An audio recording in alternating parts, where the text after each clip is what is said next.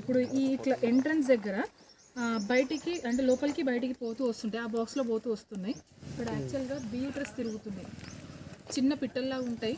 అది నుంచి బీ వెళ్తున్నప్పుడు లోపలికి వెళ్ళే టైంలో ఎక్స్ట్రా ఏది ఉంటుంది, పోలెన్ ఉంటుంది. బాడీకి స్ట్రక్చర్లో ఎక్స్ట్రా అదే ఉంటుంది కదా. సో ఆ పోలెన్ అనేది దీనిలో పడిపోతుంది అనమాట.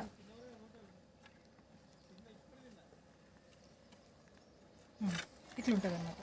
సో ఇలా కలెక్ట్ చేస్తూ ఉంటాం. అట్లా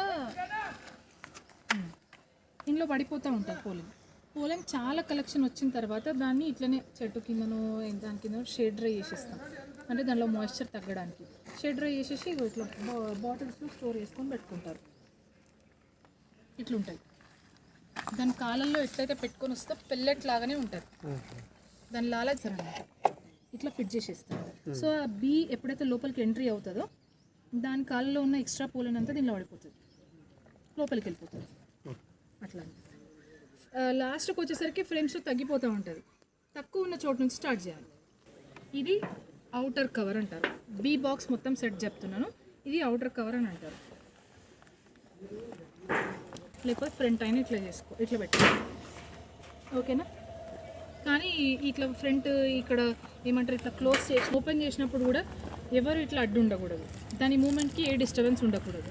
ఉంటే సైడ్స్ నుంచి అయినా చూడాలి. లెట్ ఇది ఇన్నర్ లెట్. ఇన్నర్ అంటే ఓపెన్ చేయకుండానే డైరెక్ట్గా స్మోక్ ఇడవాలన్నమాట. రేపు చూపిస్తాను. స్మోక్ తీసుకొని దానిపైన ఇట్లా కొడుతూ ఉండాలి. ఇట్లా ఇట్లా కొడితే ఆటోమేటిక్గా స్మోక్కి లోపలికి వెళ్ళిపోతూనే ఉంటాయి. ఓకేనా. ఇది అయిన తర్వాత ఇది ఇన్నర్ లైట్కి వచ్చేసేసి ఖచ్చితంగా జాలి ఉంటుంది. ఇది అవుటర్కి అటు ఇటు హోల్స్ ఉంటాయి. ఈ బాక్స్కి అంత ప్రాపర్గా లేదు, బట్ హోల్స్ ఉండాలి కంపల్సరీ. ఎందుకంటే ఏరేషన్ ఉండాలి.